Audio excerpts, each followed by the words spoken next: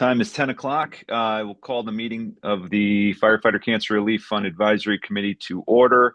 I received a message from Jim Marler that he was bouncing between a couple different meetings this morning, so I'm not sure if he was on with us to start, but I believe he was going to join at some point as soon as possible.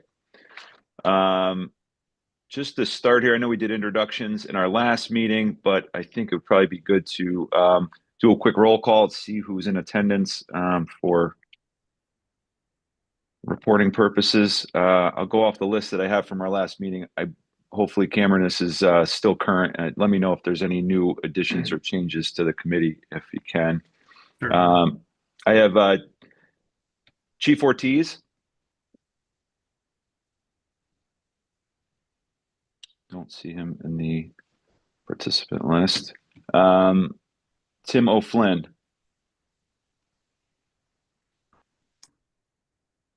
See him in the attendant list.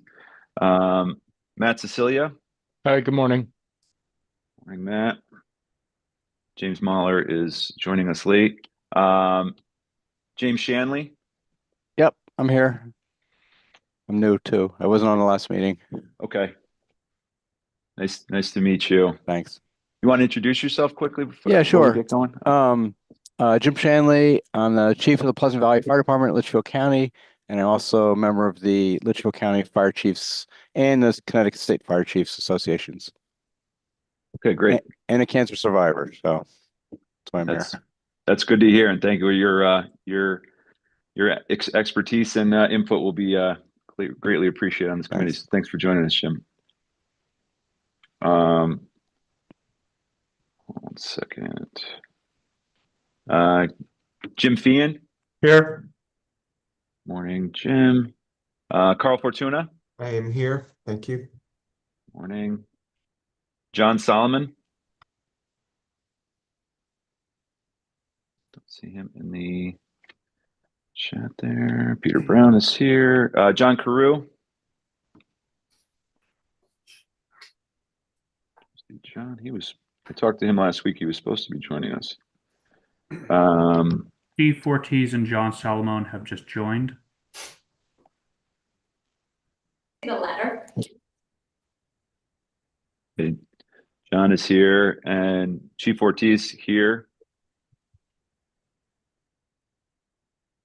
Sarah Sanders. Here with some of my colleagues as well. Thank you, Sarah. Do you want to introduce anyone that's new to the group? Well, they joined us for the last call, but I have Jen Patetti, who's our Director of Strategic Initiatives, Jessa Myrtle, our Senior Legal Counsel, and Sharon Anderson, Director of Financial Services, to assist with any questions you may have. Okay, great. Thank you very much. John Harrington from the Comptroller's Office. Let's see him. And Matt Daskell from the Governor's Office. Good morning. Morning. All right. So we have a couple that just joined us late, but that is our roll call. So we'll get going with our meeting. I'll start with some brief remarks. So since our last meeting, which took place on September 15th, Public Act 25-4, which made technical changes to the Cancer Relief Program, went into effect on October 1st. The main additions to the cancer law through those changes were the addition of skin cancer coverage for firefighters, the recognition of our state firefighters who we believe through just a simple omission were potentially cut out of the original draft, so that was clarified. And the last thing was the expansion of workers' comp administrative law judges' authority on cancer claims. See, John Harrington just joined. So workers' comp administrative law judges, they receive their authority through Chapter 568, the general statutes. What we did with the cancer changes was to expand their authority to have authority to adjudicate claims, cancer claims under 7313P, since we mirror the workers' comp statutes. So that effect took effect in October 1st, 2025. unfortunately, as we sit here today, we still have a pretty large backlog of claims that still have not been fully processed or accepted. We're hopeful, that was since October, we dealt with the holiday season, and we're hopeful that as those claims start getting to the hearing process with our administrative law judges, that they will start to move forward on a quicker pace. Unfortunately, since our last meeting, we did have 2 firefighter cancer deaths in the state, one in New Haven and one in Stamford.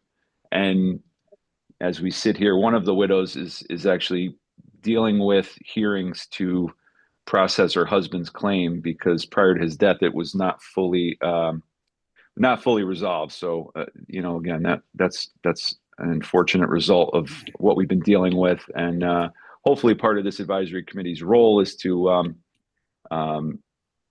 advise the labor committee of these backlogs and see if they're able to take some action to help move things along as we progress here. We also see that another area we are obligated to cover is the funding mechanism.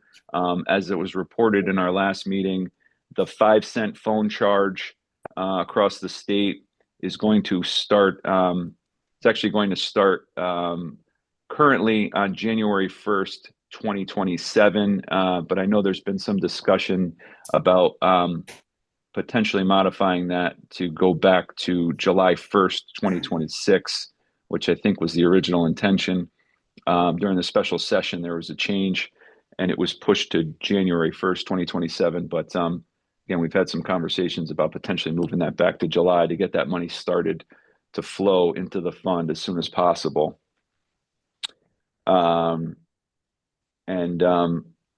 I think later on, the treasurer's office will be able to give us an update on those projections and hopefully what they anticipate those additional funds will do to the fund Yeah, I was balance going to going ask forward. that. This is John. Sorry to interrupt. No problem, John. Go ahead. Did they do a preliminary when they passed legislation, what they thought it would be? They must have had some kind of figure to come up with the 5 cent. I'm just curious, that's a pretty large, 5 cents is a significant contribution towards that. Anything that when the legislation was passed that they have kind of a little projection? Yeah, I believe there was a projection at the time of somewhere in the neighborhood between somewhere around $2 million. I believe that was projected to bring in on an annual basis. And again, I think the treasurer's office provided us some projections. And when I wrap up in a minute, I'll turn it over to Sarah Sanders and her team and let her talk about how she thinks funding balance is going to compare to projected claims. So that should answer your question, John. I'll come back to that after. Yeah, that's good. My gut reaction is on the low side, but I'll eagerly await a discussion on it. All right, sounds good. Thank you.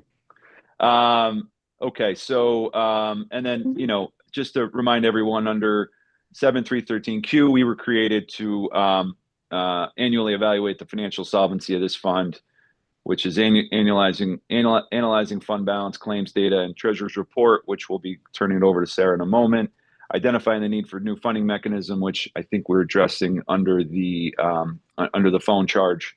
And then the last thing is determining the necessity of purchasing insurance to assist with this with the claim with the fund solvency. So once the treasurer's office completes, we are joined by Mike Murphy, and I believe not sure if he is on, Jack Lathrop from MetLife, who are going to give us a brief presentation on supplemental firefighter cancer insurance program that we've been discussing with them. So unless there's any other questions for me, I will turn it over to Sarah Sanders from the treasurer's office.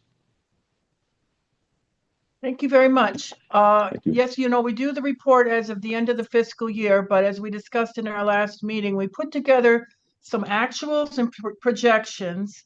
And if it's okay, Jen Puccetti, can you share your screen so we can look at those together?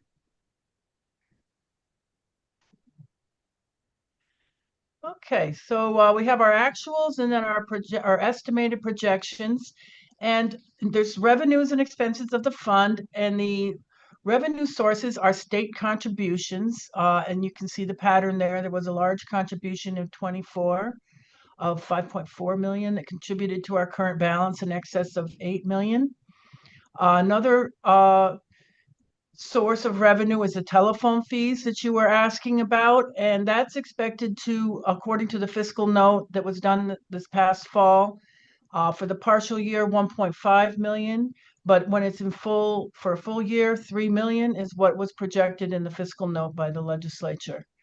And that doesn't begin, as you know, right now till January 1, 27, so we have it a half a year in 27 and a full year going forward. In addition, there is a revenue source for the fund, which is a $10 charge for every firefighter for every municipality under the statute, and that brought in 79,000 in fiscal year 25. So we left that steady for future years.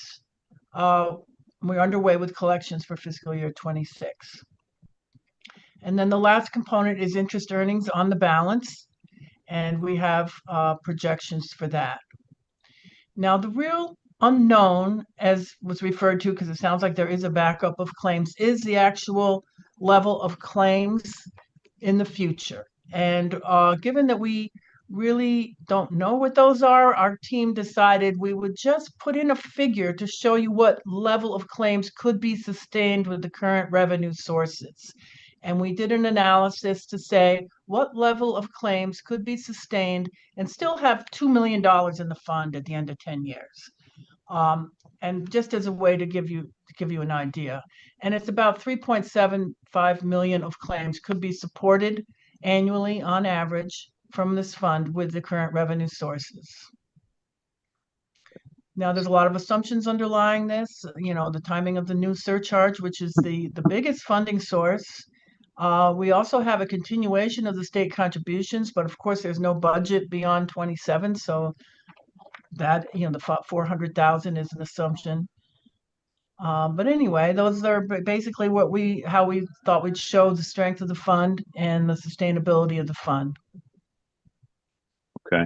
Thank you, Sarah. And so if I'm looking at this correctly, the fund can sustain that level of claims experience over the next 10 years, but it does significantly diminish the surplus that we have, and does get us down to, I would say, a critical point at that 10-year mark. Is that accurate? Yes, down to only 2 million, which wouldn't sustain it. Yeah. Okay. But you do have a new 3 million coming in each year, so So is that projection based on the phone money coming in, or this is without the phone money? this is with the phone money under telephone fees, line 15. Without that, we wouldn't be able to sustain 3.7 Anything. million. Yeah. Gotcha. Okay. All right. I see it now. Yep. We could All look right. at a scenario with no telephone fees, and that would not be sustainable.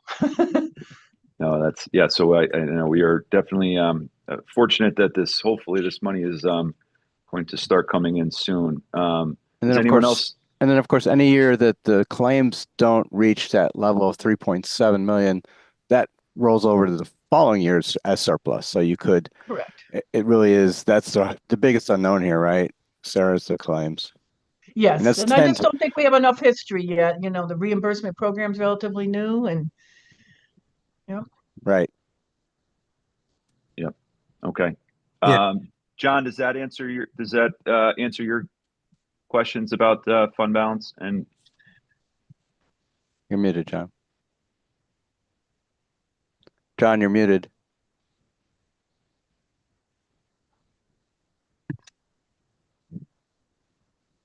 I've been doing this Zoom stuff for what, 4 years? And I still mute myself wrongly on occasion. Well, that was good, Sarah, that my gut reaction was right, that the two projection was shy. So that's a significant increase to 3 to make it more sustainable. Thank you. thank you. I see a hand up from Carl. Do you have? Yeah, Pete. it also, with this sheet, it shows an estimated expense claim going from a significant jump in 2026, if I'm reading it right. And, Right. presumably where the claims are now and where they're going to go, they may ramp up, but I don't know that they're going to achieve, 3.75 in 2026 and maybe not 27 or hopefully never. But so, if this projects out to 2035, it looks pretty sustainable. Okay. Yeah, no, I think that makes sense. And so I think this, and correct me if I'm wrong, Sarah, this kind of sets a ceiling for us that it looks like this is the max level of claim that we can sustain under the current setup without having to make any modifications. Is that a kind of a fair assessment? I think so. It's an average expenditure because you're right. I think 26 would never reach that probably because we actually haven't processed any claims so far this year. But I think you indicated there could be a backlog coming. So Yep. Yeah, that's definitely correct. Yeah, hopefully, and again, hopefully some of those will start working through the hearing process within this first quarter. Does any other committee members have any questions for the treasurer's office on the projections? I have one more, if I may. Sure. I know I'm monopolizing. I apologize. Was there any actuarial study ever done, or are we just kind of making projections based on our own anecdotal experience on this? And I guess I point to Sarah if you could answer that, if she has information. no, I've not done any actuarial analysis. And again, I think the claims is the revenue sources that we have a good handle on. It's the Right. claims that are really not known yet. Mm-hmm. Mm-hmm. I mean, and only we have a firefighter now that's going to be applying to the fund. So, I think they're out there. Yeah, no, they're definitely out there. This law went into effect in October of 2023, and I know from some conversations that I have that there's still some original claims that were filed shortly after the law went into effect in 2023 that are still backlogged. So again, I think that's probably one of the that's one of from our organizational side, that's one of the biggest concerns we have. Obviously, the fund balance and the governance of this is important for the long term, but in the short term, I think our top priority is just making sure we get these claims processed and get these firefighters receiving the benefits they need. And I think, from our committee perspective, it's important for us too, because it would be good, if 2026 we see a true number of how many claims we're actually getting on an annual basis, how many are getting processed and accepted, and roughly how much annual benefit payment is going out. I think in a future meeting we could at least start projecting with some better updated assumptions on where this thing is going to go in the future. So that's definitely my hope and goal for 2026 is by I'd say our fall winter meeting that we've got some more updated and accurate claims data to start working on.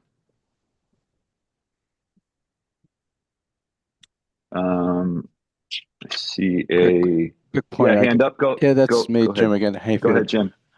Yeah. So along that point, is there any required reporting from the group that's handling the claim applications? Like, are they able to project, but even before approvals take place, that we have 10 claims and we total them up and it's 4.2 million or whatever it is. But it's still going through the process.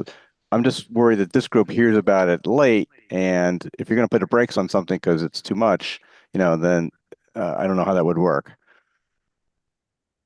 Yeah, no, that's a great question. And so actually, Sarah, I don't know if your team has it in front of you.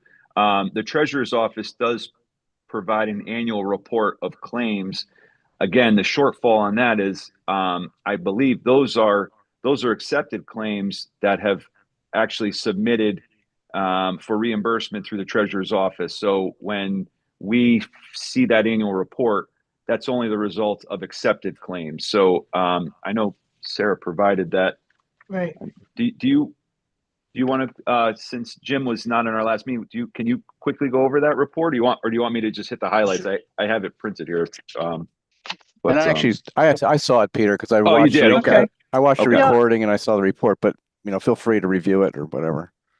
Well, yeah, we do report there on, the claims that were paid, and then we report on information that we have about claims that could be coming through.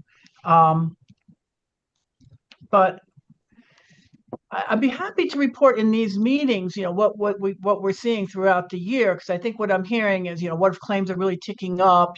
How does the advisory committee get information about that? I'd be glad to report. And what, like, currently we have two claims in process, not large, and none have been paid so far in the first 6 months of this fiscal year. But again, I think it could pick up. But there was But I'd mention be of a glad to report, there's on mention of a that. backlog. So do we have a number on that? Like if that hits, if they're all approved, what that represents? And maybe that's a takeaway. Yeah. Yeah, unfortunately, I don't think the treasurer's office will see.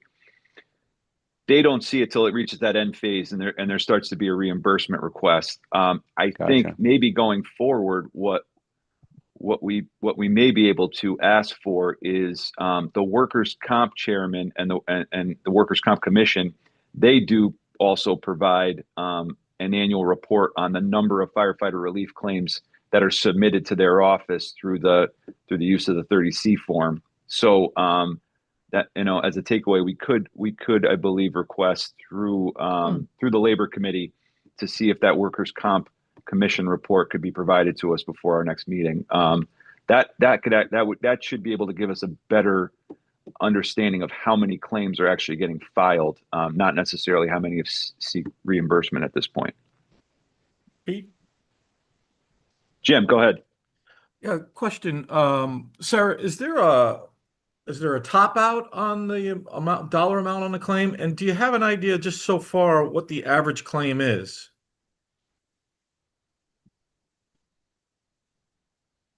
We don't have a top out that I'm aware of. And, cancer claims, that's one of my concerns, is how expensive cancer treatments can be. But, I'll just say for last year, we paid 7 claims that totaled 336,000. So the average for last year was 48,000 per claim. That's helps you.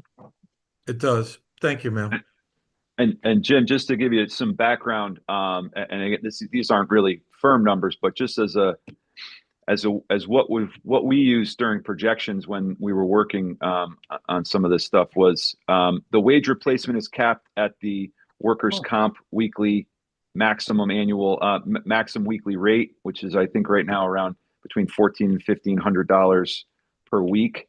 So that's the max reimbursement rate, is $1,500 a week. And then out-of-pocket medical expenses, since the firefighters are going through their group health insurance, that should be capped at annual out-of-pocket maximums. So we can kind of start to see a ceiling that a claim could reach. I'm sure there's other variables that could affect that in some special cases, but generally we believe that that's kind of the window we'd be working in for a maximum claim.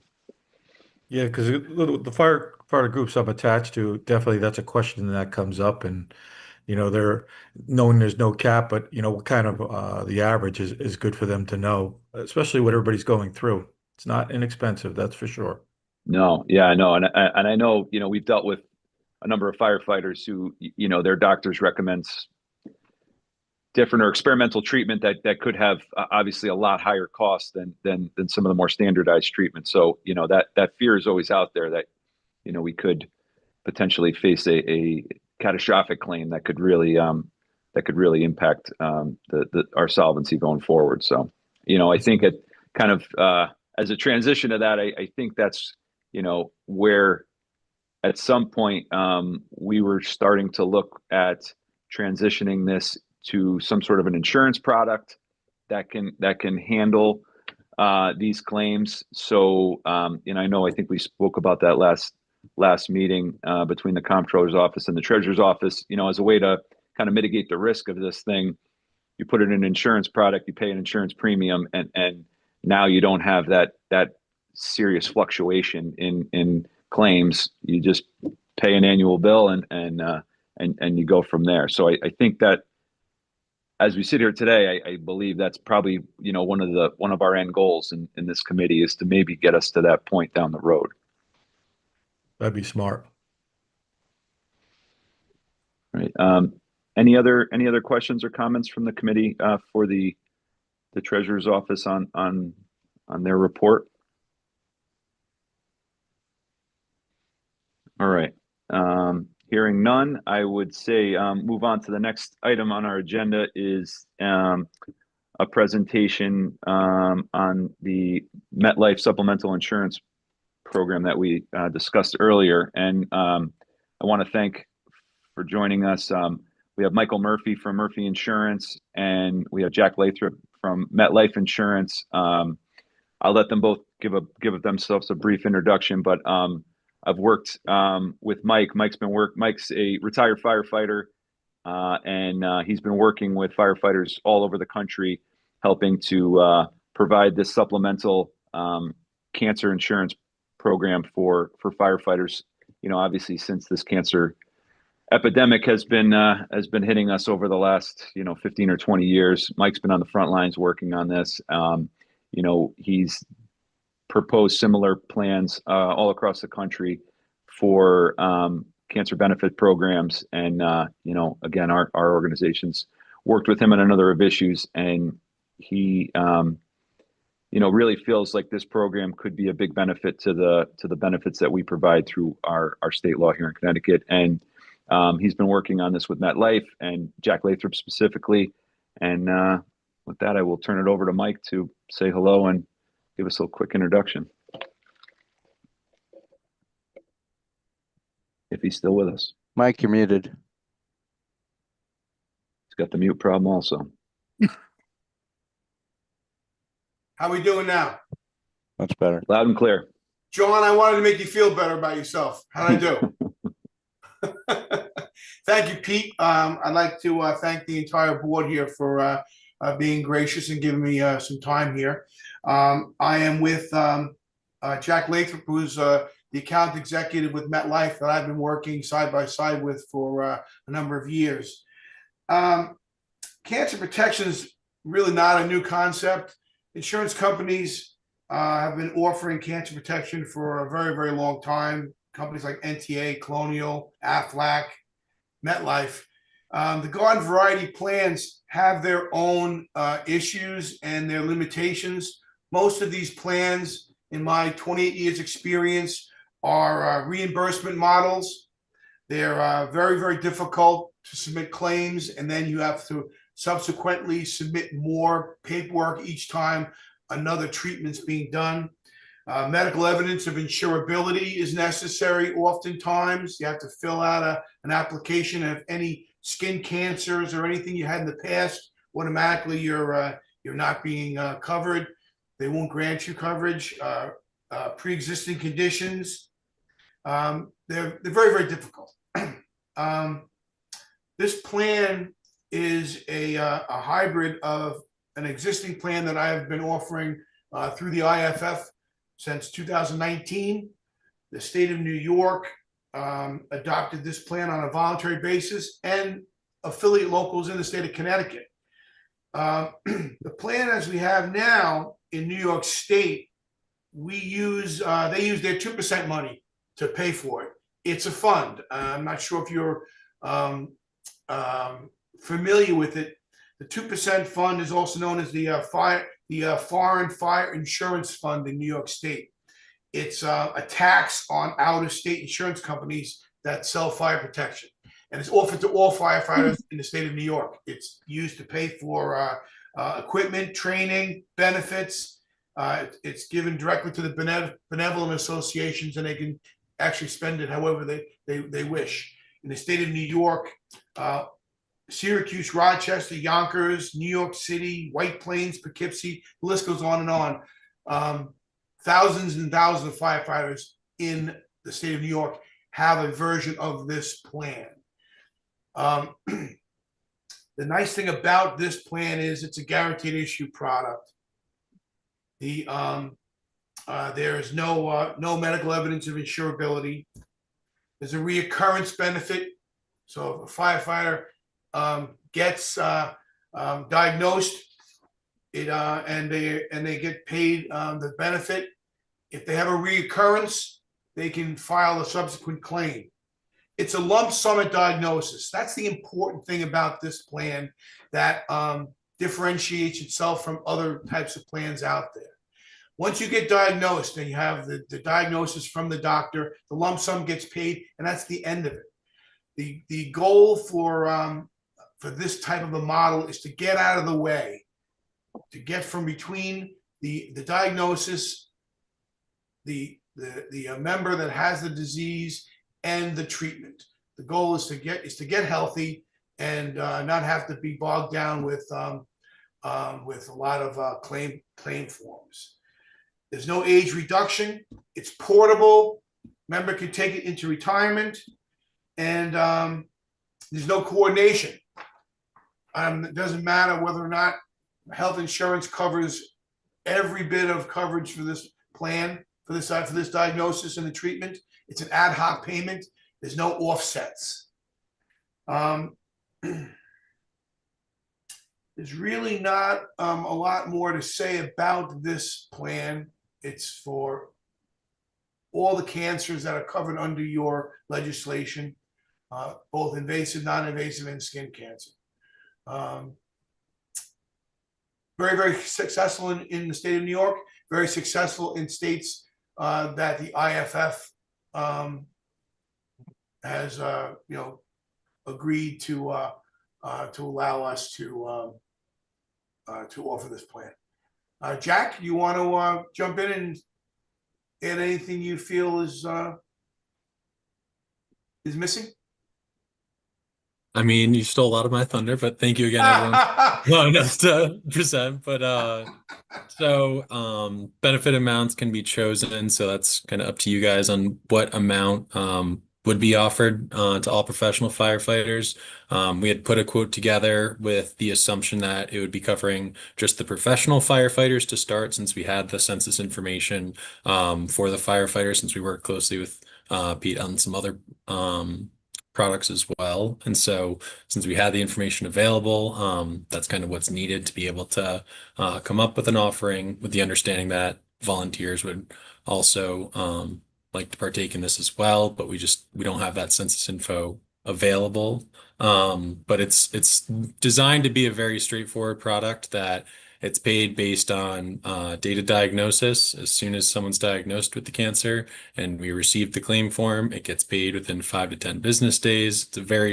It's one of our more straightforward products that hopefully is the most simple part of the insurance that anyone diagnosed with cancer has to deal with. And it's designed also that it's not only is it going to be for the active firefighters, but if they retire and they choose to bring this with them, it helps simplify kind of that process of having to coordinate. Even after someone retires and they're no longer eligible under the active plan, they can still be carrying that coverage into retirement.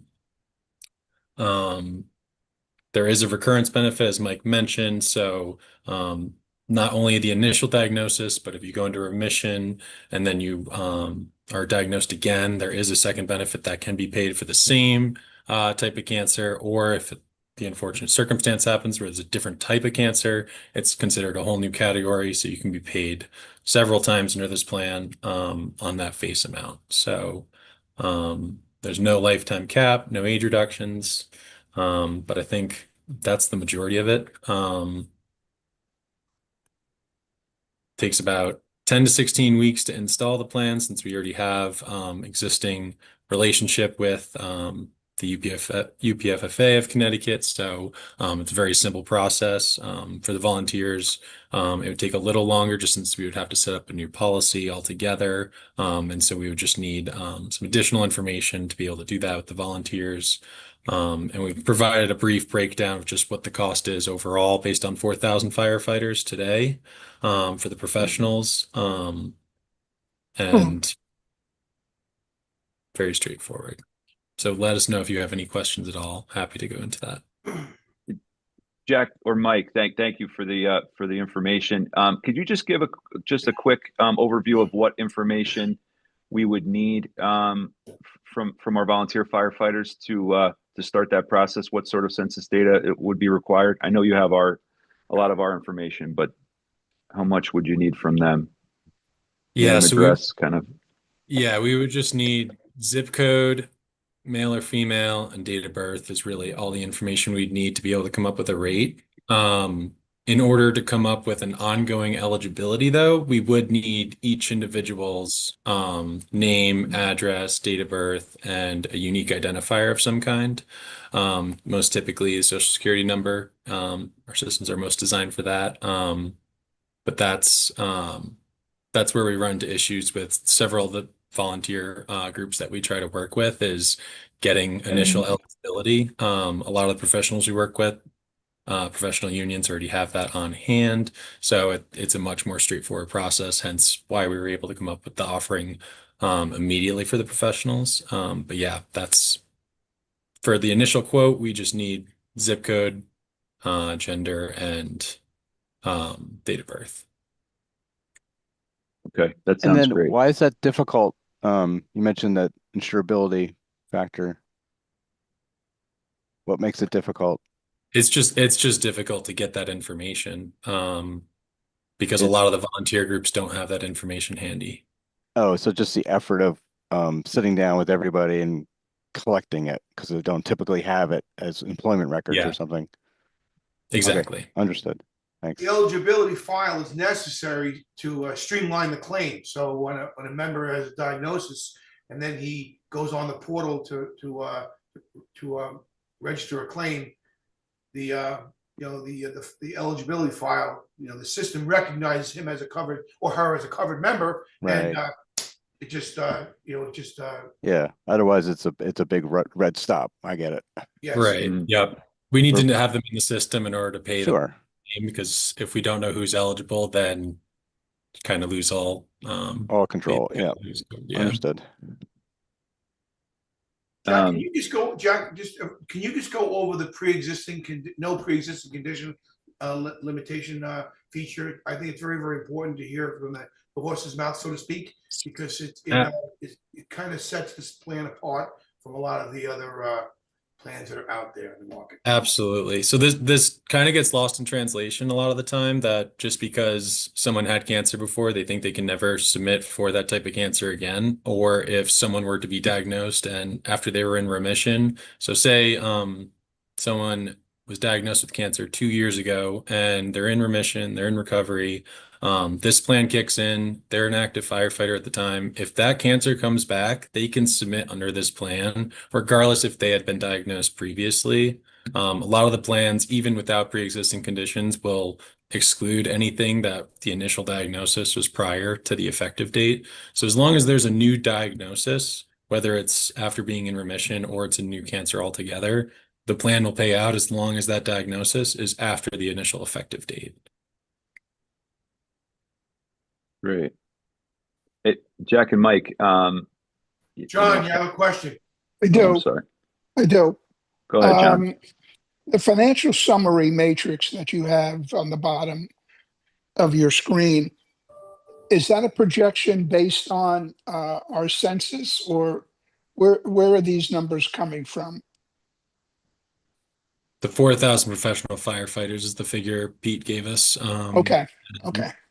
What we got from the census was around that as well. So the census, obviously, give or take 100 or so professionals at any given time, just due to the fluctuation of the employment. Okay.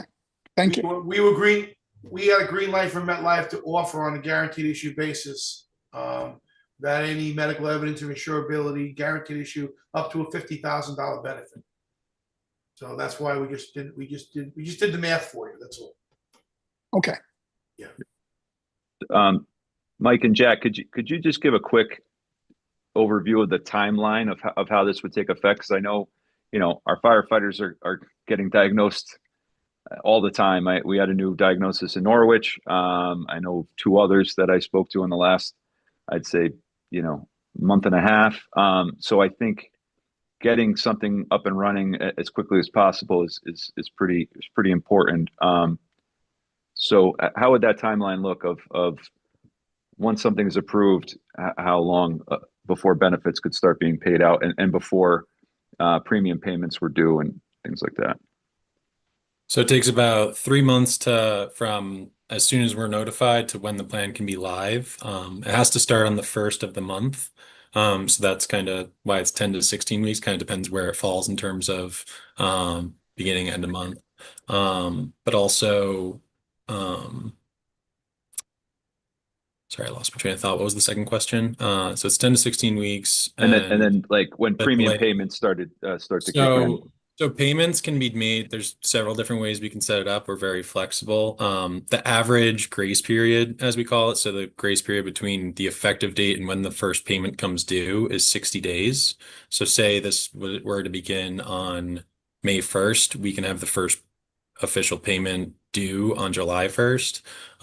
If we need to build in additional grace period, there we can always seek that out as well. Just our standard is 60 days. There's also different types of billing methods that we can set up, or billing frequencies, I should say. So we can do it on a monthly basis. We could do it on quarterly in arrears. If we absolutely need to, we could do it on an annual basis, depending on how the funding metrics work. And so I understand some of the funding metrics are a little new. And so I know we want to be able to be flexible for however that fits into your model. So Jack, in other words, if they decide they wanted to pay it quarterly, and they had a May 1st effective date, then the first premium technically wouldn't have to be remitted until August. Absolutely. Yep. Okay. So that's helpful. So like potentially a May 1st earliest start and then an August 1st payment date. Is that the best you could do, Jack? May, 3 months? I've seen you beat that before. We could Right. absolutely do sooner. We have the census data already. Come on. We absolutely can. Yeah. That's close to the 10 weeks. Yep. Yeah. All right. And then on the volunteer side, if say census data is provided within the next 60 days, it would be the same process, right? Another 10 to 16 weeks on ramp, and then obviously premium could be paid as one lump sum once we get the whole group under one umbrella. Yep. And the one other factor we would need for the volunteers is just who the policyholder would be. And so if the policyholder would be the Connecticut Firefighters Association, we would just need the Constitution and bylaws for the Connecticut Firefighters Association, or if there's another governing body, we would attach it to. That's just another piece of the vetting we would need to accomplish prior to confirming that timeline. Okay, understood. The reason why we have a straightforward answer for the professionals is because we already have an existing policy with you guys. Got it. Makes sense. So let me just do a what if here. If we were to double the number of covered individuals by bringing in the volunteers, so we got a 4 to 8, we expect the premiums to go roughly the same? That would depend on the demographics of the volunteers. What the rates that we have today are based on the demographics we receive for the professionals. And so largely their age and gender, right? Okay. Yep, exactly. But plus or minus 10% then, or I mean, potentially a slightly better rate when you're getting a bigger pool. Is that a fair assumption? Yeah, if the demographics are roughly the same in terms of age and male, female, then the rate would absolutely go down. But oftentimes we'll add a population, and a lot of times the demographics are quite different. And so I just don't want to make a promise without seeing those demographics, because we would have to go through full underwriting just to confirm that. Oh, of course.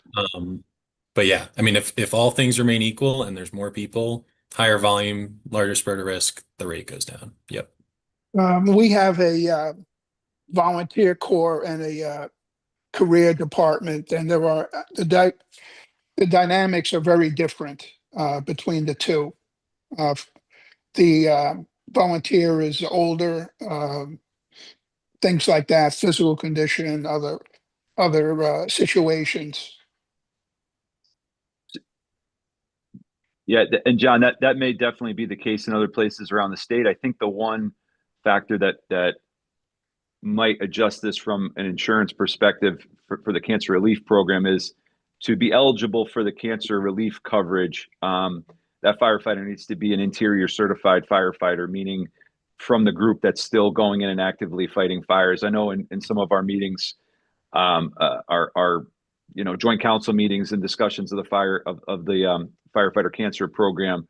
There is a group of the volunteers that would probably not be eligible for this because they're more of a exterior or support function firefighter, and under the terms of and the requirements of the law, they probably wouldn't be covered under the cancer relief program. So they probably wouldn't be covered under this policy either. So I think that would definitely have an impact on the demographics of who's covered. Yeah, I agree. But Jack, not to beat that point to death here though, but you have portability. So you have someone who's a volunteer who's a certified interior firefighter, and then they transition out of that category to John's point. I have volunteers on Long Island here that are valuable members of the volunteer departments, in the late 60s, early 70s. They're not humping hose anymore, but they're still part of the department. Would they be able, through the portability, maintain that coverage? Yes, anyone that's terminated, whether it be for retirement, moving to a volunteer, as soon as they're removed from being considered eligible under one of the plans, then they would receive a letter in the mail notifying them that they're eligible to continue their coverage on an individual basis. So it's not just retirement, it's an end of enrollment for any reason. I have a Sorry, couple questions, Peter. So our current Go ahead. program is a municipal reimbursement program. So this would eliminate the municipality in the equation, right? And the firefighters would file their claims directly with MetLife, right? Not No? if I could jump in on that, not under the current model. So what I believe this would be is a supplemental policy Okay. added on to the plan, which as we discussed in our last meeting, there's a component of the cancer benefits that we really haven't fully explored yet that could potentially be coming, and that's permanency payments. So through workers' comp, through the workers' comp system, not through the workers' comp fund. So what I think this potentially could do is address two problems. Is long-term, it addresses the permanency problem because each of these claims does have a cash value, and I think we could tie it directly to this insurance product. But I think in the short term, especially with the backlog that we're seeing across the state with these claims, what this does is it's providing an influx of cash to these families that are dealing with a cancer diagnosis that's going to be paid out much quicker than that claims process being vetted and finally approved. As I mentioned earlier, you've got a family in Stanford that had to go through a burial of their husband, and I'm sure this cash insurance payment would have helped with that process as they're working through the claim. So, like I said, I think this has a twofold approach. It provides our people with a diagnosis with that initial cash infusion at the beginning as they're dealing with treatment, travel costs, spouse taking times off of work, and then in the long term, it's addressing the potential permanency payments that we could be facing down the road. So, this is not meant to go back to your question, not meant to replace the benefit package. I do think, and I don't know if Jack or Mike wants to touch on this for a moment. I know we did have a conversation offline about down the road, there may be the opportunity to build out an insurance program, an insurance policy that does cover the full suite of benefits provided under the law, I just don't think that that's anywhere near ready to kind of go in depth on. Is that a fair point, Mike or Jack? Yeah, I mean, I can touch on this. So, Connecticut's not alone in terms of passing similar cancer laws specific to firefighters and first responders. And there are certain states such as Colorado and Georgia where we have created new products to fit into the state regulations of what these guidelines are under these new laws. The time it took to put each of those together was about 3 to 5 years. And so we just started the conversation with our product teams early last year. And so still working through that process, but it's not a small feat to create a whole new product altogether due to how the Department of Insurance treats new products and how we can make sure that it's fitting everything that your bill is requiring. And so no set timeline today in terms of how long it would take to put that together specific to Connecticut. But it is something we're continuously working on with our product team. But in theory, Jack, that product could replace all of the municipal reimbursement procedure that we currently have, and MetLife or whoever, MetLife would process all of the benefits that the firefighters are entitled to as part of the contract. Is that how that would work? Or ideally, yes. Ideally, okay. Yeah. Okay. So this is proposed as a supplement to the existing program, is what I understand now. But how do we avoid a double payment for a claim, I guess? Because we're paying them out of the firefighters fund, and then they can go claim potentially the same from the supplemental. I'm just trying to figure out how they coordinate. My opinion is they would run in tandem. That receiving the supplemental insurance benefit would have no impact on the ability to receive out-of-pocket medical expenses reimbursed or have wage replacement reimbursement. It's a parallel track. It wouldn't replace the ability to seek reimbursement. It would run in conjunction with the other benefits that are being provided, is the way I understand it, unless That's what no coordination means. They pay no matter what, as long as the claim is valid. So this is I an apologize. extra benefit on top then. Right. Extra benefit on top. Okay.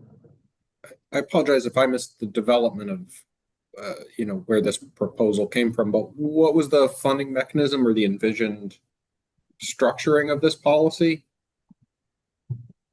I think it was our intention that this premium payment would be paid out of the Cancer Relief Fund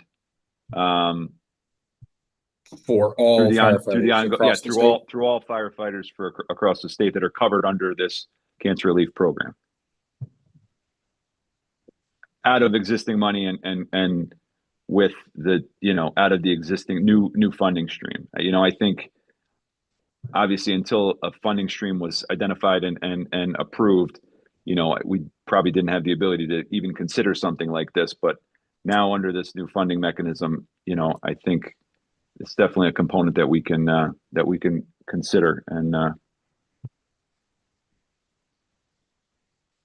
Peter, yes, I think my opinion, before we start burdening the fund with $1 million insurance premiums, and it's not on the screen right now, so I can't see it, but this is a brand new program, and personally, I would hate to see additional expenses lined up against it until we have a feel for the program itself and how it's functioning as it was intended under the legislative laws that were passed.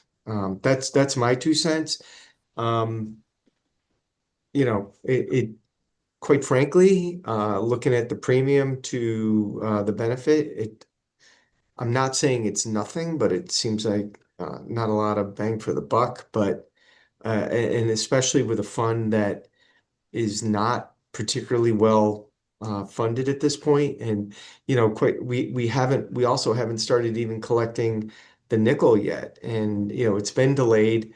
It's going to be delayed for a year at this point, hopefully not. Hopefully in 6 months it'll go into effect. But if it doesn't, we're adding, an additional, 700,000 to, I still can't see it all, but oh yeah, there it is, 1.5 in premium annually. And it just seems like we're doing that against a fund that we know is going to grow in claims and exposure. So that's my opinion on this.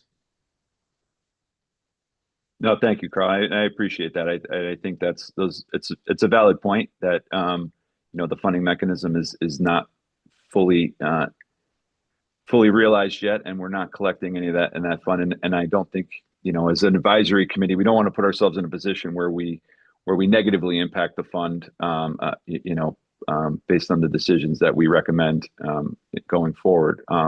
But to your first point, I do want to say that, in my opinion, and again, I know I don't know if he's able to be on camera and talk. We have Tim O'Flynn, who is our workers' comp expert on this call. In my opinion, I think there is a component to permanency that, again, we haven't addressed. So I don't really consider this an additional benefit. I actually consider this addressing a current benefit that just hasn't been realized yet. Again, because I don't think we've had enough claims experience that we've actually had one that's gone through the entire process. But I believe that we're going to be facing with these claims as approvals increase and all these claims do get processed, we're going to face this permanency question and issue probably sooner rather than later. And I see Tim came off mute. I don't know if you want to give some insight on that, Tim. Sure. So the way the cancer bill is designed is that it mirrors workers' comp. So it's very similar in that sense to the heart and hypertension. So with each injury or with cancer diagnosis, there's going to be some sort of loss. And tied with that is going to be a permanent partial disability rating, which does have, through the workers' comp statute, does have caps. So, each body part has X amount of weeks tied to it and so on and so forth. We haven't had any payouts yet, only because, one, there is that backlog, but that's really going to be the true test to this fund of how much money we're going to be paying out. I know there's definitely one coming up out of Bridgeport office that my office represents.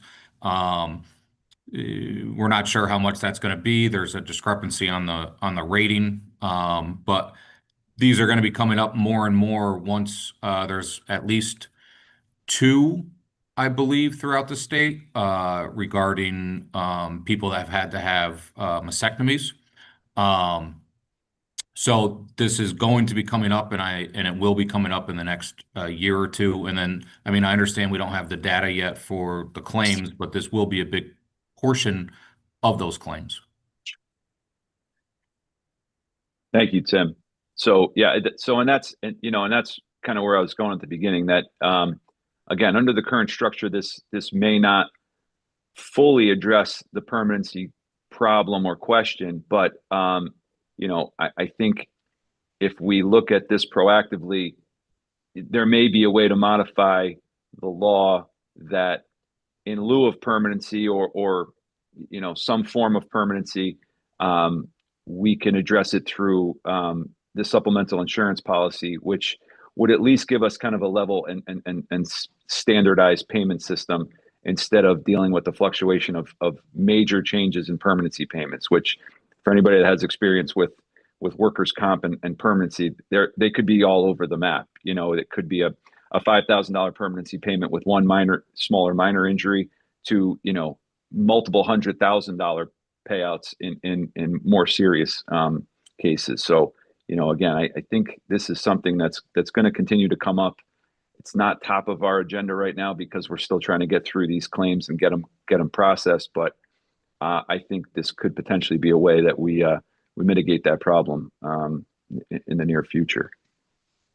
But I do want to be respectful of Jack and Mike's time. So does anyone have any specific questions for them on this policy as presented? And if not, I would like to let them continue with throughout their day here. Any other questions for them? Okay. All right, Mike, Jack, I really do appreciate your time, and all of us, I'm sure, appreciate your time coming on for this presentation. And definitely we will be in touch as we plan our next meeting, and if there's anything else we need to follow up with you on. Thank you very much for your time, folks. Happy New Year to everyone, and God bless. Stay safe. Thank you. Thank you, Mike. Thank you, everyone. Take care, Pete. Thank you, Jack. All right.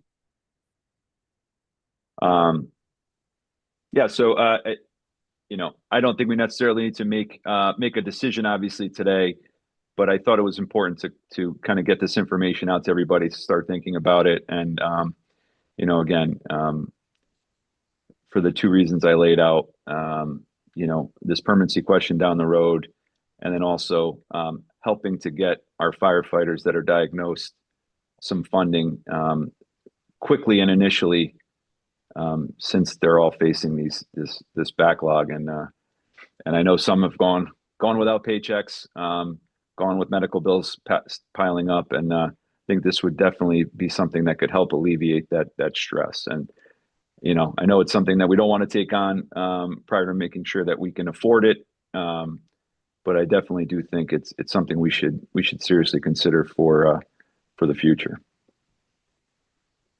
And Peter, I want to add too, I think the insurance question, you alluded to it earlier, was how do we get coverage for this plan such that if we're hit with a large number of claims or several large ones that exceed the reserves, we would having insurance to help with that. To me, it seems something we want to consider first, just because one or two large claims could jeopardize it for everybody going forward until the Treasury is built back up, of course. And I don't know if that kind of policy is being explored. Yeah, I thought that was the going to be the theme of the insurance, that it'd be reinsurance for catastrophic claims, for lack of a better word. Right. And at this point, not an enhanced benefit, although I think we could take a look at that. But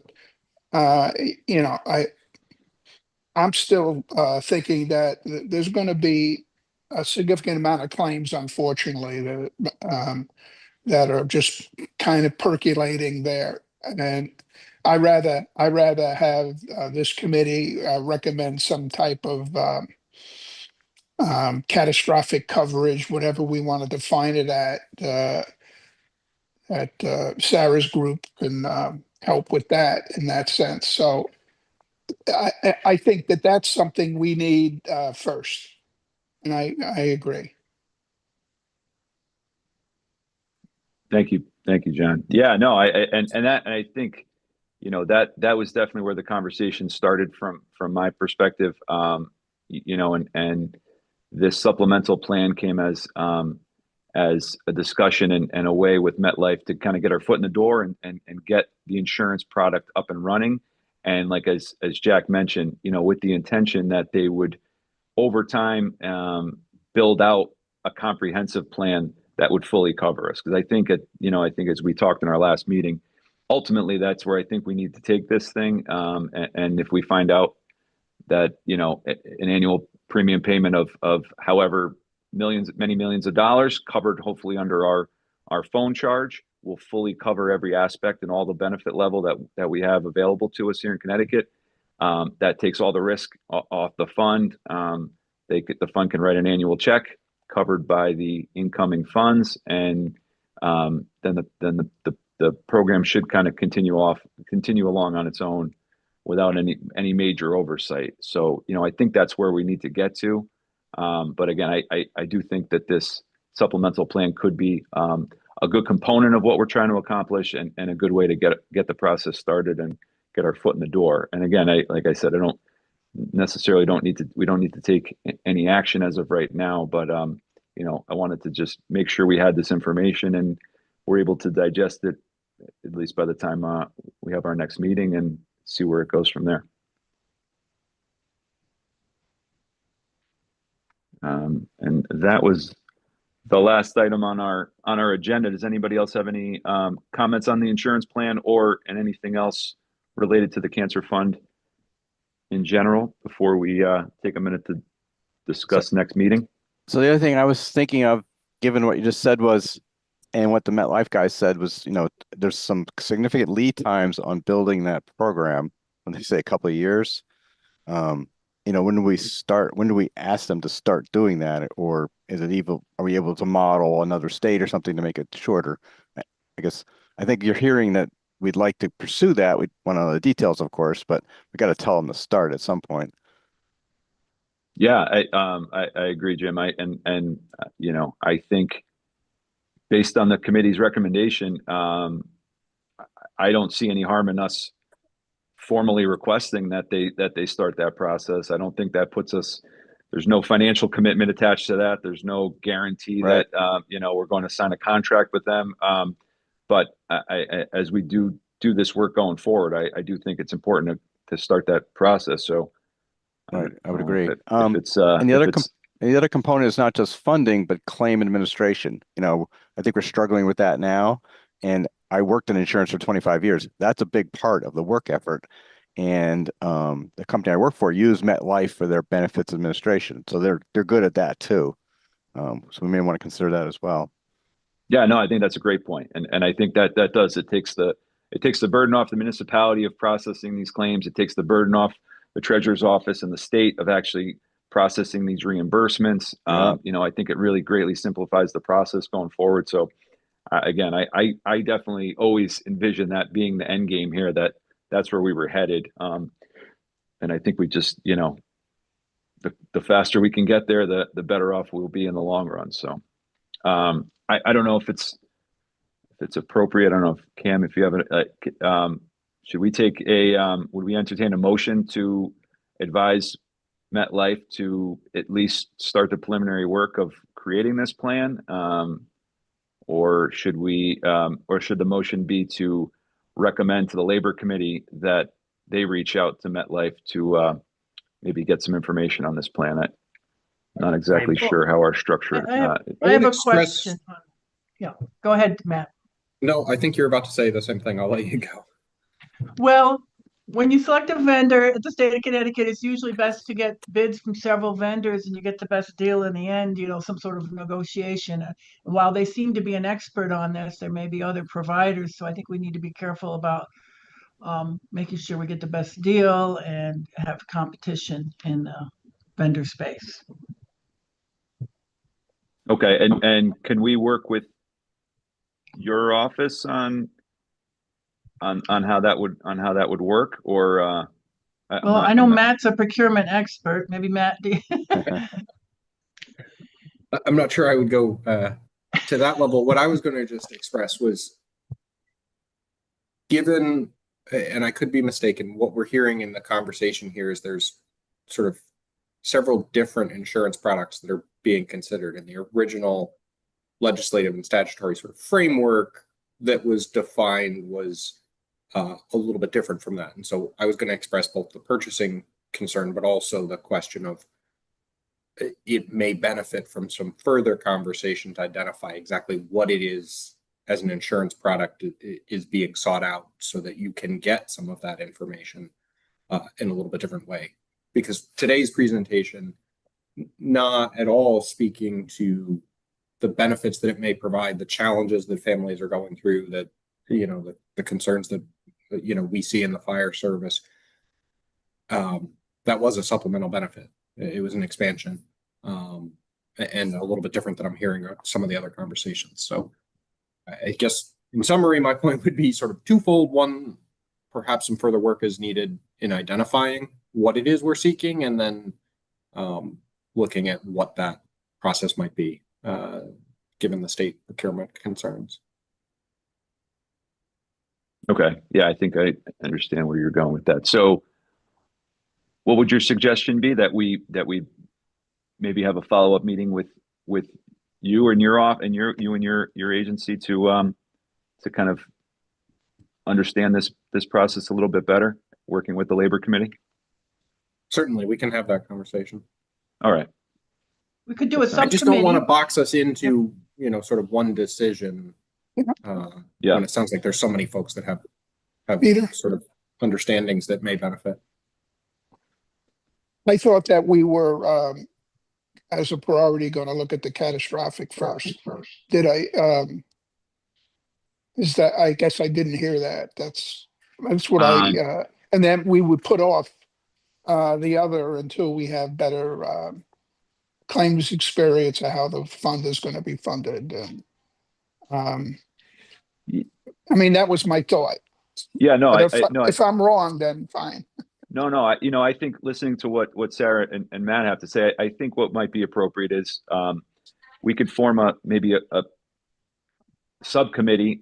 Anyone that's part of this team that's interested in the insurance conversation, we could have a follow-up meeting separate from this official meeting, just to discuss the parameters of the insurance. Because I think, like you said, there's a couple different angles you can go. I don't know if we necessarily ever discussed like a reinsurance catastrophic plan, but that might be one path for handling claims that go above a certain level. Then there's the path of a comprehensive plan that covers all benefit level and handles claims administration. I thought that was kind of more the direction that we were headed, but not necessarily tied to that. And then a conversation if there's any supplemental or additional benefits that we think might be lacking in the statute that could potentially be added as a future component. So, I think there's definitely three different paths you can take the insurance conversation. And, I think we're all on an email chain. I would say if anyone on the committee is interested in that conversation and being part of those conversations, just send an email through the group and we can figure out the next steps of getting a separate meeting together and, looping in OPM and looping in the treasurer's office for how that would work with through a state fund. Does that make sense with everyone? Yes. All right, great. I'm good with that. Yeah. All right. So that's the insurance component. Then I think the last item on the agenda before we get out of here is announcement time and date of next meeting. Our last meeting was September. So based on that timing, I know legislative session ends on May 6th, I believe. So I was thinking maybe our next meeting we could schedule for the week of May 11th. I don't know if that works with everyone. We can circulate that through the email and see if that works for the majority of the group. It's okay for me. Right now, that's good for me. Okay. All right. So maybe we'll put a tentative hold of keeping on our Monday schedule. We'll put a hold on Monday, May 11th, and then if there's any conflicts that come up, we could find an alternate date. But at least to get something on the calendar, we can hold 10 a.m. Monday, May 11th.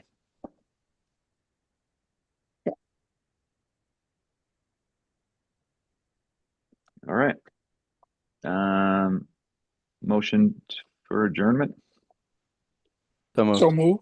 Second. Second. All right. All in favor? Aye. Aye. Aye. All right. Good talking with everybody. Thank you for your time today and look forward to some follow-up conversations.